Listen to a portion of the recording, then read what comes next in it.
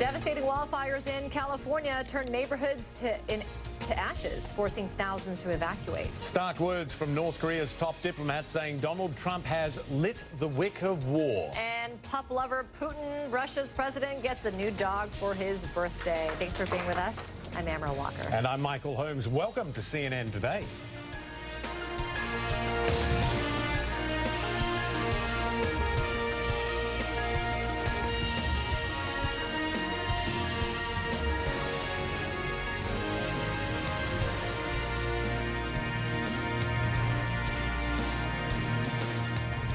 Welcome, everyone. Raging wildfires in Northern California turning more deadly and more destructive. At least 21 people have been killed since the fires erupted Sunday, and tens of thousands of residents have evacuated their homes. Right now, across the state, there are 35 active wildfires. 22 of those are considered large. But the scale of the blazes isn't firefighters' only worry. The winds are picking back up, and with no sign of rain in the forecast, it is unclear when firefighters might get a break. 71,000 hectares are destroyed, along with 3,500 homes and commercial buildings. We're getting some of the first images of the destruction on the ground from a train. Look at that. Mandatory evacuations are in effect in many parts of California's wine country. Now, the fires are obviously some of the worst in California's history. Many people devastated by the destruction of their homes and businesses. Just listen to some of these heartbreaking stories of the losses some have faced. So many family heirlooms. I've thought my whole life I'm going to inherit these someday. This is what I'm going to pass down to my kids. Oh, God, I can't. Guess it hasn't quite hit till now, but it's a house. I was telling my wife, I'm not too broken up about the house or belongings or anything like that. It's just, that part of our life is gone. That's what hurts the most. It's not the possessions and all that. Some of our stuff is saved, and I'll take that. My family's safe. That's all that matters. Gosh, this is heartbreaking. CNN's Miguel Marquez is in Sonoma, California, with the latest on this firestorm. Miguel, what's the latest? Are firefighters getting any handle on this? Not in the slightest. For as sad and as difficult it has been for the people that we just heard from, there may be more heartbreak ahead. We're in southern Sonoma County. What's shocking about this is just how big this fire complex is, all the way north of Healdsburg to just south of Napa County, just a massive area. I want to show you what they're concerned about right now. We're in the evacuation zone. This road should be just heaving with traffic, people working in the vineyards and wine and people enjoying the vineyards. That hill right there, you can see that smoke starting to come up on that hill. We're starting to see some bits of fire. We're in a very nervous time here. The air has become very still. You can see it starting to flare up below that big tree up there. The air is very calm right now. It is starting to rain ash down on us, so we know that the fire and the wind is starting to blow this way. Here is the problem. They suspect that the winds are going to pick up, maybe gusting as high as 45 miles per hour. What's that, about 60 kilometers an hour, 65 kilometers an hour or so. Very, very heavy winds blowing the fires, perhaps off hills like that, down into neighborhoods. Just south of where we are is Sonoma. North of us, about 30 miles, is the town of Calistoga. Beautiful little California town, about 5,000 people. The entire town now under an evacuation order. Santa Rosa, to our west, is still dealing with two different fires moving into the town from two different areas. In Napa Valley, about 20 miles that way, there's a massive line of fire that's moving toward the east and to the south at the same time. So Solano County, other counties now getting into this as well. It is just shocking how big this is and how many people are still missing, in the hundreds, and how many people at the end of the day may be dead. The one concerning thing is that everybody who has been found dead so far, authorities have just happened upon them. It's not like they were looking for them or got a call. They just happened to find them. When they start looking in earnest, this could really be just a massive, massive tragedy. Miguel, I mean, we seem to talk about California fires every year around this time, but this is something else. This is so much bigger and apparently so much destructive, and the potential for it to get worse is so great. Why is that? It's shocking. So we had a very wet winter in California. Lots of undergrowth, lots of grass, lots of new growth all around. And then we had an extraordinarily hot and dry summer here. So everything just dried out. And then they literally had winds at 75 miles per hour. That's like hurricane strength wind. What's that, 100, 120 kilometers an hour? Just crazy winds that were knocking down power lines, that was catching some of that stuff on fire, and it just took off. There was nothing to stop the fire. And that's what they're concerned about now. They're not going to have winds as high as that, but 45-mile-an-hour gusts is going to cause serious problems for people around here. I mean, I have to say, it's heartbreaking for me. This is my home state. Yeah. I know that area very well, and just to see that it looks like a bomb hit the area. Yeah. So much devastation, lives lost, so many homes lost. Goodness, we really hope that Mother Nature helps, cooperates in some way eventually. Thanks so much, Miguel Marquez. We appreciate your reporting as always. All right, and we do have some breaking news into CNN. Hillary Clinton has been speaking on television for the first time since the Harvey Weinstein scandal broke. She's been largely silent on the sexual assault and harassment allegations against Weinstein, who is a major Democratic donor and someone she called a friend. Well, here she is now speaking to our Fareed Zakaria about her reaction when she first heard the Weinstein news. I was just sick. I was shocked. I was appalled. It was something that was just intolerable in every way. And, you know, like so many people who have come forward and spoken out, this was a different side of a person who I and many others had known in the past. Would you have called him a friend? Yes, I probably would have. And so would so many others. You know, people in Democratic politics for a couple of decades appreciated his help and support. And I think these stories coming to light now, and people who never spoke out before having the courage to speak out, just clearly demonstrates that this behavior that he engaged in cannot be tolerated.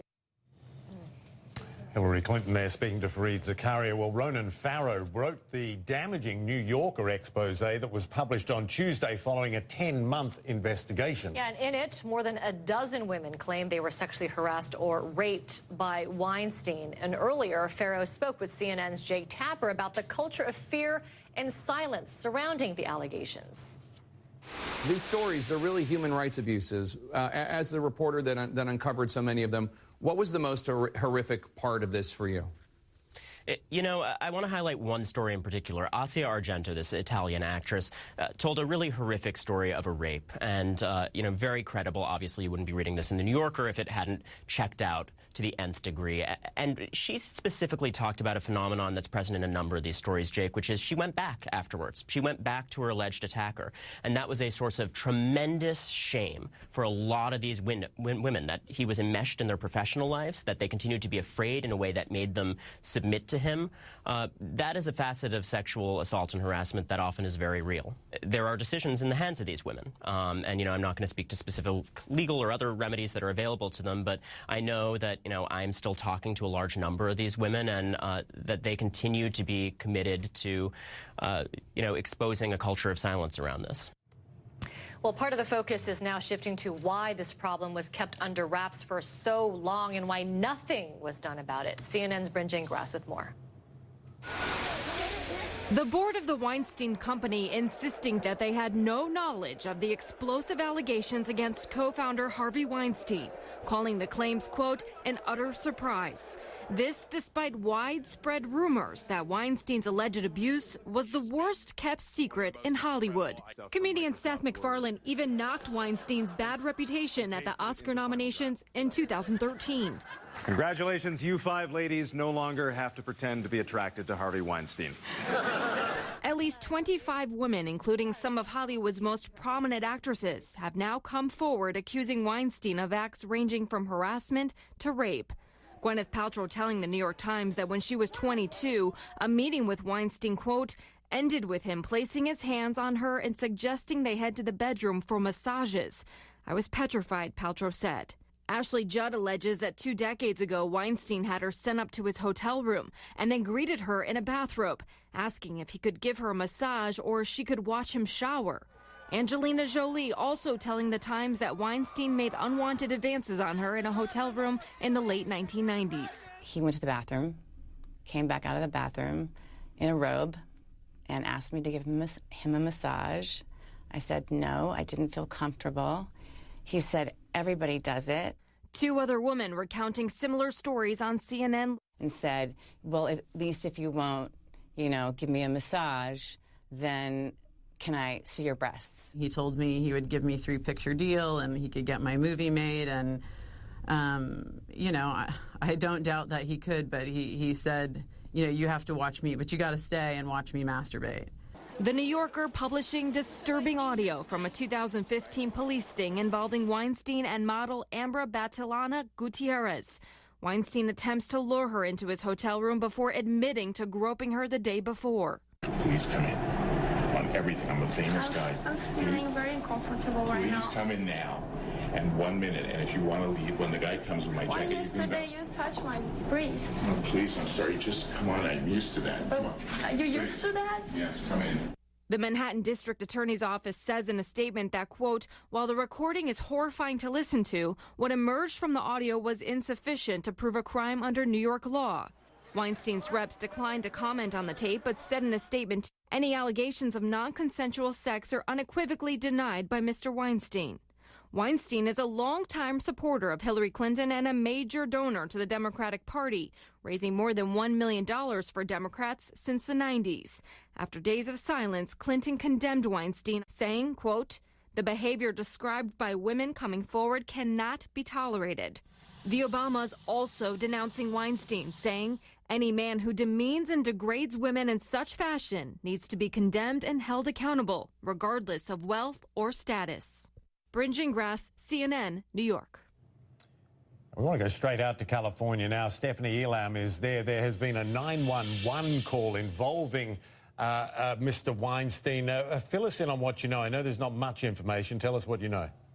There's very little information, and the Los Angeles Police Department is being cagey with what they will let us know. But what we do know is that there was a response, that LAPD did respond to the daughter of Harvey Weinstein's house here in Los Angeles at around 10:30 a.m. local time today. They are saying that they're still investigating, but they're not giving any further details. Obviously, it is noteworthy considering the fact that all of these allegations are now swirling around Harvey Weinstein, but still not very clear who was there, who made the call, and also what may have transpired to lead to that call.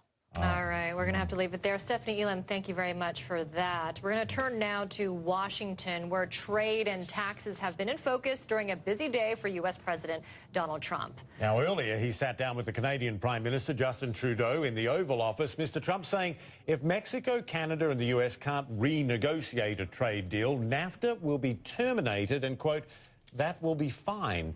Taxes also in focus as Mr. Trump travelled to Pennsylvania later in the day for a rally-style event. There he laid out his reform plan, which he said includes lower taxes aimed at helping the middle class. Let's head out to Washington now and our Jeff Zeleny with more. Hi there, Jeff.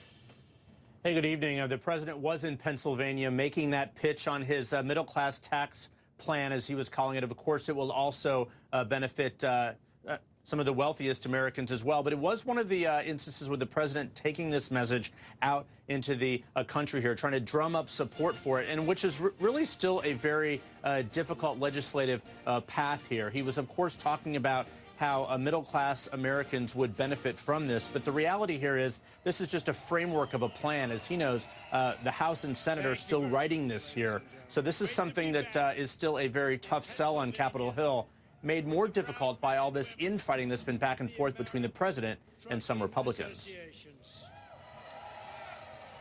We love Pennsylvania. All right, Jeff Zeleny, thanks so much. Before I let you go, I mean, one of the things that has been interesting about this is for 8 years, Republicans have been saying that, you know, they've been the deficit hawks. The Democrats have been running up the deficit. The country's in debt. It's a mess. But by all accounting, independent accounting at the moment, these tax cuts are going to lead to an increase in the deficit. How is that going to reflect on Republicans who've been deficit hawks? Michael, that's the great question. In fact, how this tax plan would be paid for is the underlying issue here of everyone. I mean, some Republicans would likely not vote for this plan if it was a Democratic plan, of course, and some Republicans may have concern about it. Bob Corker, of course, first and foremost among them here. But the deficit issue is something certainly to keep an eye on. That's one of the things that makes this slightly difficult in Congress, Michael. All right, Jeff, thanks so much. Appreciate it. Jeff Zeleny there in Washington. Thanks, Jeff. We're going to take a short break here on CNN Today. Coming up next. When I got out and didn't find my family, it felt like ISIS had taken me again. I can't stop thinking of my family. I was liberated, but I don't feel free. She escaped the wrath of ISIS, and now her testimony could be crucial in finding the militants guilty of war crimes.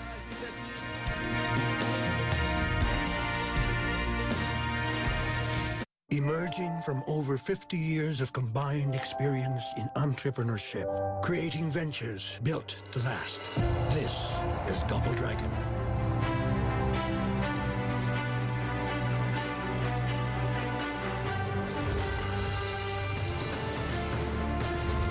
We are fair and sincere in all our dealings. I am a dragon. Bold and decisive, knowing when to seize opportunities. I am a dragon. Working passionately with a dedication to quality. I am a dragon. Innovative to bring about a greener future. Developing properties with a foundation built on solid values. Because we believe that real progress starts with each of us. We are dragons. This is the Double Dragon way. 50 years ago, one man's discovery led to the creation of one of our sport's most iconic sailing venues. The yacht club Costa Smeralda has been hosting the World Sailing Elite ever since. This month on Mainsail, we're in Sardinia, celebrating the 50th anniversary of one of the sailing world's favourite yacht clubs. Mainsail, today on CNN, in partnership with Rolex. The giant of Africa calls me on the next CNN Business Traveller. We're in Lagos, Nigeria. The difficulty of flying in this country. There are more private planes than commercial aircraft. The boutique hotels take on the chains. I think bring it on. You do? And a gigantic gallery of African art. Amazing. A true Nigerian welcome on the next CNN Business Traveller. Today on CNN.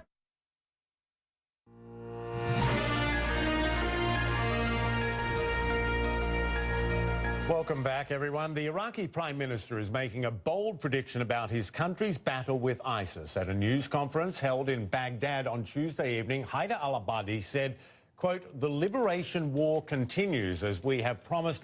Daesh will be terminated entirely this year. Our greatest victory is the imminent total collapse of Daesh," which is the Arab word for ISIS, and all of those who joined them. Now, the Prime Minister also announced the end of military operations in northern Iraq and rejected the results of the referendum for Iraqi Kurdish independence. Now, late last month, the United Nations adopted a resolution to investigate ISIS offenses in Iraq, evidence that could amount to genocide and war crimes. In a separate effort, investigators have been working secretly in northern Iraq alongside Kurdish authorities gathering evidence. CNN's Jumana Karachi has this exclusive report on the international effort. The caliphate ISIS declared 3 years ago now lies in ruins. Its fighters dead, captured or on the run. ISIS ravaged much of northern Iraq, but their organized campaign to destroy, kill and torture left behind a trail. Thousands of documents, phone records and videos. As ISIS retreated, investigators moved in quietly, combing through the offices of the so-called caliphate, like this one. Their goal, to find the evidence that would allow teams of lawyers to build cases against the men who directed the horror. For more than 2 years, a team of Western and Iraqi investigators from the Commission for International Justice and Accountability worked undercover with Kurdish authorities in northern Iraq. ISIS had left plenty of clues. victims and witnesses. Speaking to CNN on the condition we conceal his identity, one investigator describes the inner workings of ISIS. The bureaucracy of Islamic State's leadership, and it's council upon council upon council, and it's where very little happens without various people stamping and signing a document. What enabled them to be so effective is actually helping us to demonstrate that whole structural, organisational chain from the guys that committed the atrocities to the senior leadership. To this point. In a secret location in Europe, evidence retrieved in Iraq is analysed, links are made, and cases built by international criminal lawyers. Although the fact of the matter Bill Wiley has worked for more than 20 years in high-profile international tribunals. The big thing for us is with IS is to get basically electronic devices of anything with a hard drive, basically. And these things, because of obviously the capacity of a hard drive, holds so much material. There's a different deputy. He founded the commission whose work is independent. Its ISIS investigation is funded mostly by the Canadian government. The key focus for us, or certainly in an international criminal prosecution, is on what we call linkage, and that's establishing the connection between the low-level perpetrators who are not ultimately of interest for prosecution, running up the linkage that runs up to the highest level perpetrators, ultimately al-Baghdadi, the head of the Islamic State. The commission has 2 war crimes cases ready for prosecution. They're related to ISIS's assault on Sinjar, home to Iraq's Yazidi minority. Thousands were captured, men executed, women enslaved and raped.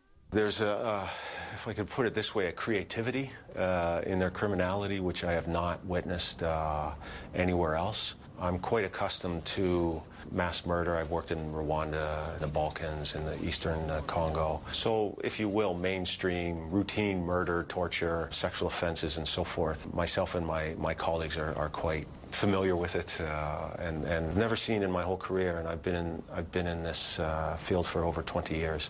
I've never seen organized sexual slavery before. And ISIS boasted about it. This 2014 video purportedly shows ISIS militants joking about buying and selling Yazidi women. $300, this fighter says, but he'll pay more if she is younger. 24 ISIS leaders and members with links to the persecution of Yazidis have been identified. According to Wiley, the top-level leadership sets the overall policy, but when it comes to the day-to-day criminality, ISIS's governors are the key players. Suspects include ISIS's former governor of Mosul, Abu Layth, believed to have been killed, and this man, Abu Hamza, a local emir who remains at large. Witness testimony has been critical. Dozens of rescued Yazidis have been interviewed by investigators. And as the caliphate crumbles, survivors emerge. This 21-year-old rescued just weeks ago from Syria says she was a slave for nearly 3 years, raped repeatedly by an American ISIS fighter. Afraid to reveal her identity, she tells us she was sold 4 times, yet the hardest thing she endured was being separated from her mother. When I got out and didn't find my family, it felt like ISIS had taken me again. I can't stop thinking of my family. I was liberated, but I don't feel free. She wants ISIS fighters tried and punished as criminals. Even so, she tells us, nothing will bring back our families and erase what happened. Nothing will give us back our lives. Whether this evidence will ever be heard in court is tied up in the complex politics of Iraq and the Kurdistan region, both gathering support for special ISIS prosecutions. While many ISIS leaders may never face justice, for the lawyers pursuing the worst of the worst, this is about holding an organization accountable for its crimes and telling the world this is what they did. Jumana Karachi, CNN in northern Iraq. Well, peeling away the power structure of the world's most reclusive country, we all know who's in charge of North Korea. But who does he look to for guidance? We'll ask an expert about Kim Jong-un's inner circle.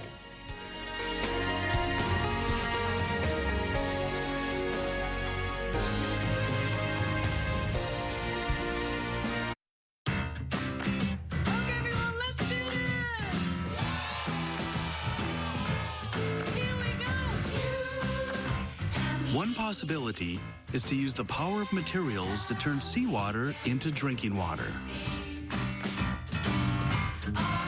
Meet reverse osmosis membrane technology by Toray. Materials can change our lives. Toray.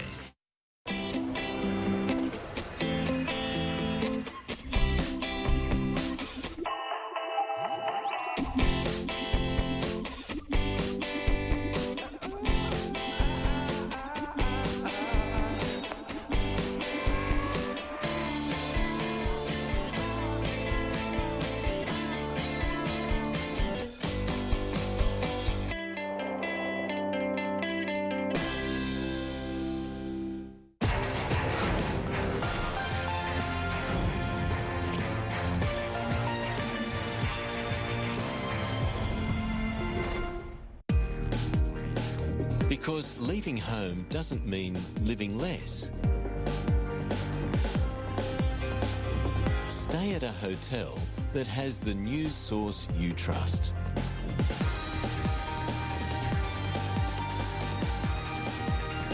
Stay at a CNN partner hotel.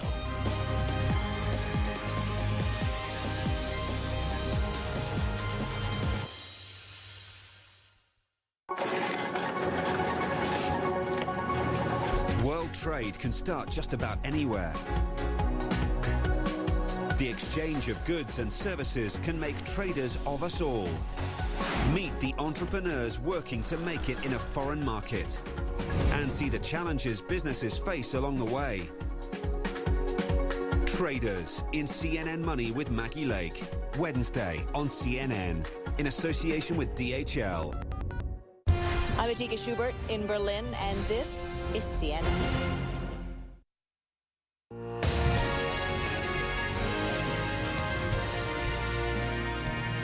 Welcome back, everyone, to CNN Today. I'm Amaryl Walker. And I'm Michael Holmes. Let's update you on the top stories. Firefighters in California having a tough time in their battle with massive wildfires, fighting 35 of them right now in Northern California. At least 21 people have been killed and hundreds more have been reported missing.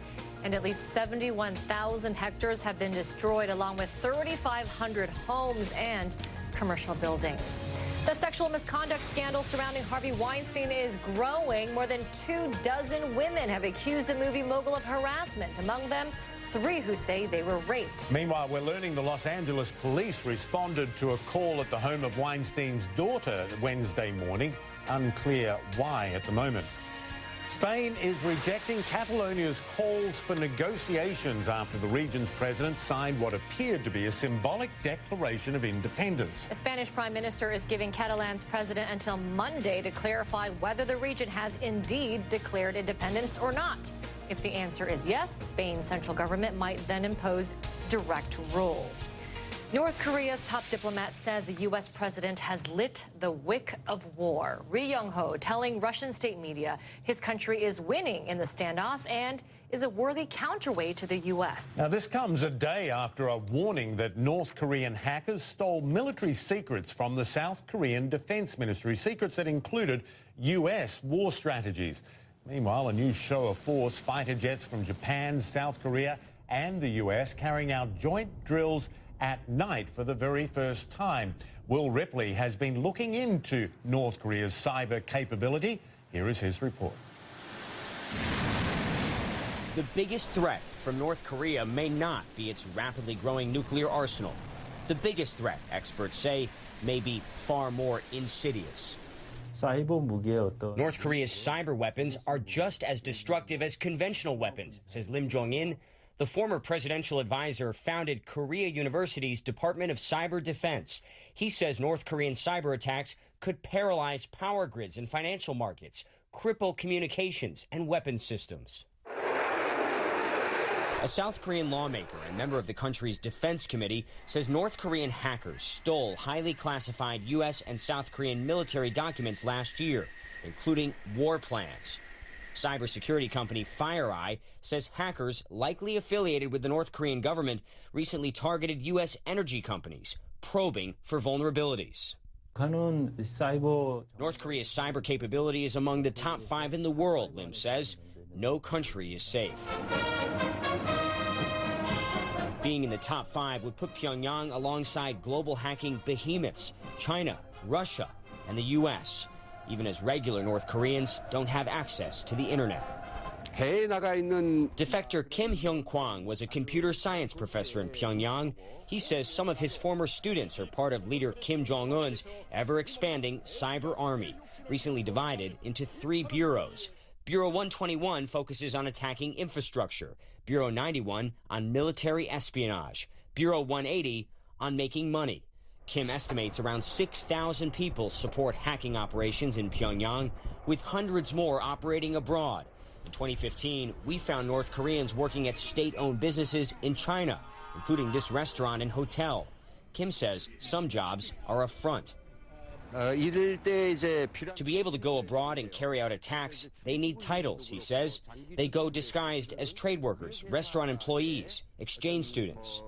China says it opposes illegal cyber activity on its territory, and North Korea has long denied any hacking. But experts say North Korean hackers are linked to bank robberies, ransomware attacks. Kim estimates they brought in $1 billion last year alone. You can probably guess where much of that money likely goes, making an already dangerous situation even worse. So what does North Korea prioritize when it comes to their hacking operations? Well, we're told the number one biggest priority project is the ability to attack infrastructure, to bring down the power grid, for example, in the United States in the event of a war, to cause chaos for the enemy, whether it be South Korea or the U.S. And you, of course, saw those reports of the North attempting to hack U.S. power companies recently. Priority number 2, the money making, bringing in $1 billion in 1 year just from illicit online activities. That's something that sanctions would not have any impact on. And then the third priority would be to conduct espionage. And we saw that report of those stolen military documents. So don't underestimate, Michael and Amara, this cyber threat from North Korea. They are playing right up there, almost at the same level with the U.S., China, and Russia. Top 5 in the world. It's really remarkable if you think about it. It really is. North Koreans quite adept at cybersecurity. Will Ripley, thank you so much. Live for us there in Tokyo. Well, North Korean leader Kim Jong-un has flexed some muscle with all the missile launches and nuclear threats, but the recent promotion he gave to his younger sister, Kim Yo-jong, is putting new scrutiny on the entire North Korean power structure. Experts are taking a harder look at who is in charge and what makes the Hermit Kingdom tick. Michael Madden is the founder and director of North Korean Leadership Watch, an analytical website focused on the North and its political culture. He comes to us now from Salt Lake City in Utah, and what is fascinating about what you do is we finally get to have a little bit of a look behind Kim Jong-un and see who helps make him tick. Why don't we just start with his sister, because that's the most recent significant promotion. What do you make of her and what power she will wield, and why was she promoted?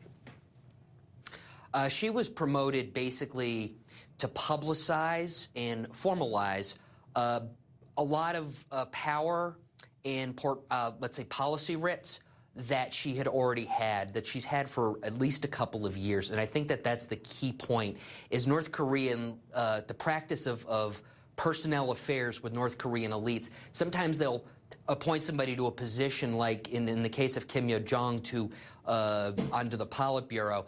And what they do is they're basically publicizing or formalizing a job or a function that they had had for 6 months, a year, or 2 years. And so what her promotion indicates is that she's a lot more powerful than simply being her brother's key image maker, which is something I had written before. And she probably has her fingers in a lot of different pies in North Korea. Yeah, really interesting, though, because she's been rarely seen in public, but someone who's been seen quite often in public next to Kim Jong-un's side is a man by the name of Kim Chang-sun, who's believed to be a close aide, the right-hand man of Kim Jong-un. Just how powerful is he? I mean, would he be the number 2 or the 3rd most powerful person in the country? In terms of practical reality, Kim Chang-sun derives his power because he has direct physical access to Kim Jong-un.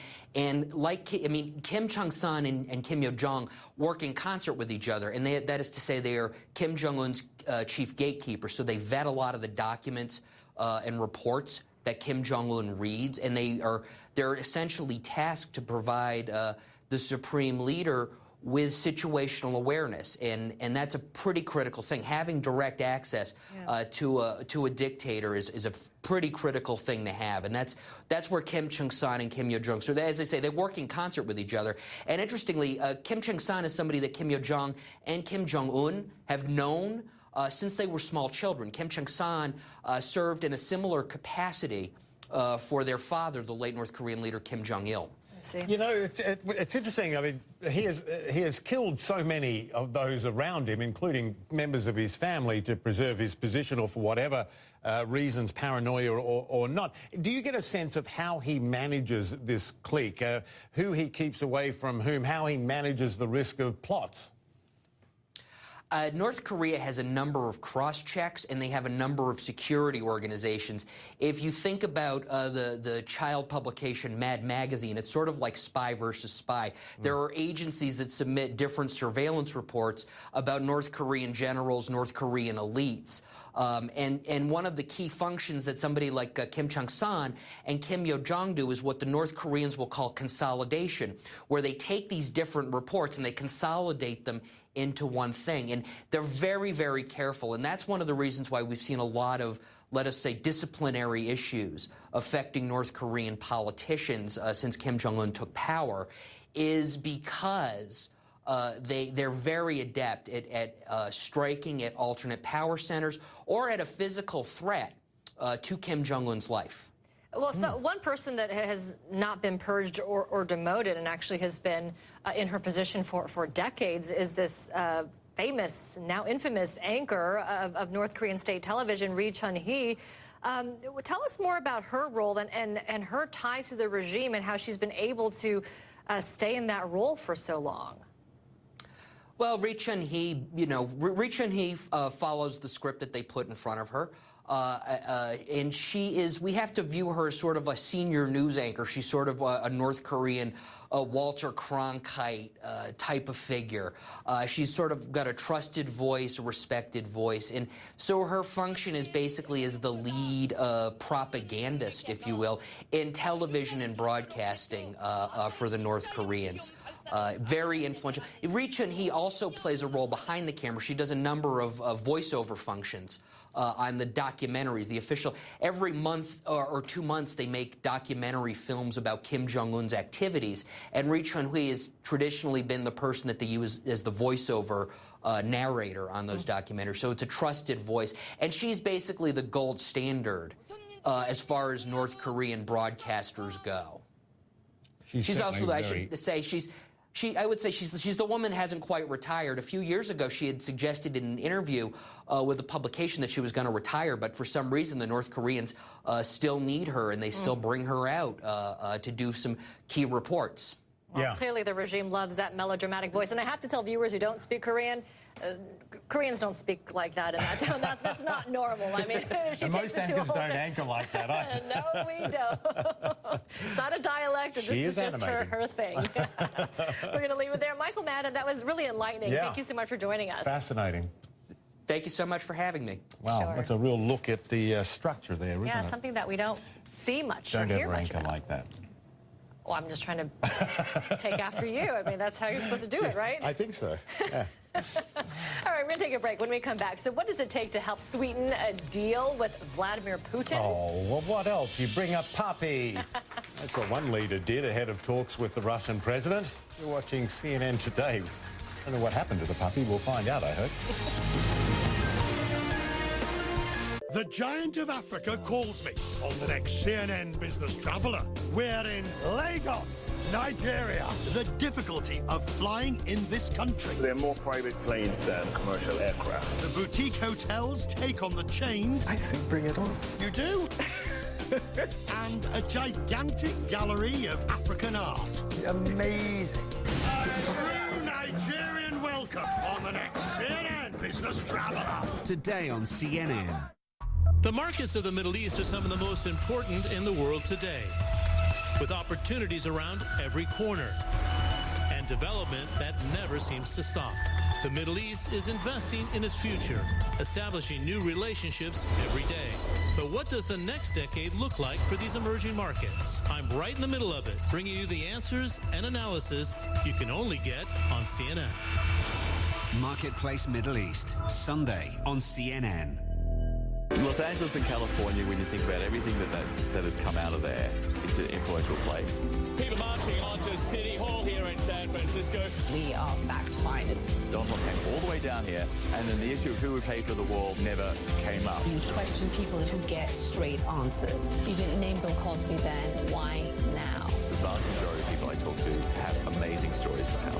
One place to get it right, to get it quick. Tune in and come along for this ride. Business is always changing. Keep up with CNN Money. Maggie Lake is live in the heart of the world's economic epicenter, New York City, tracking all the action of the stock exchanges and the big business stories from around the world. Get top analysis of market movement and a daily breakdown of financial headlines.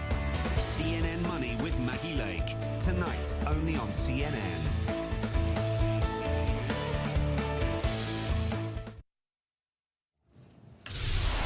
Welcome back. The Russian President Vladimir Putin's macho persona may have taken a bit of a hit when Turkmenistan's president gave him a puppy as a belated birthday gift. Mr. Putin was all smiles, though, as he held the puppy he now calls Verny, which means faithful in Russian. When planning to negotiate with the Russian president, ordinary tactics might not work on the notoriously fierce leader. But if you bring a puppy, Vladimir Putin's heart might just melt. The Turkmen leader gifted Putin a top-breed pup during their meeting Wednesday. Both men seemed all smiles while Putin held the belated birthday present and posed for a photo op. If you know Putin, you know this was a smart move. The Russian alpha dog has a history of mixing politics with pooches, whether it's the Japanese prime minister for a summit in Sochi, or the former Italian prime minister for talks on energy cooperation, or in a meeting with Tony Blair outside Moscow, or having the former U.S. president wait as he greets the family pup, or even racquetball with the Russian prime minister. You can't hang with Putin if you don't like his dogs. He made that abundantly clear in a 2007 press conference with the German Chancellor Angela Merkel. Merkel, who has a reported fear of dogs, was photographed looking distinctly uncomfortable with Putin's Labrador, and Putin distinctly seemed to not care. While the Russian president may be a former KGB agent with a reputation as a tough guy, he's often revealed his softer side in a long and sometimes illustrious relationship with the animal kingdom. Shaking hands with the walrus, throwing treats to dolphins at the zoo, feeding baby elk at a Russian national park are among his most cuddly photo ops. And that's him in 2012, leading a flock of Siberian white cranes to safety in a hang glider. Putin helped the endangered birds prepare for migration in what was dubbed the, quote, flight of hope. He's also the proud owner of a tiger, who he received on his 56th birthday, and has personally helped oversee the care of endangered tigers in Siberia. Before you get all choked up, don't forget Putin is a hunter and a man's man who rides shirtless through the Russian countryside. How many times does the media have to show that picture? I've seen it more than a dozen times. No more times, please. On TV.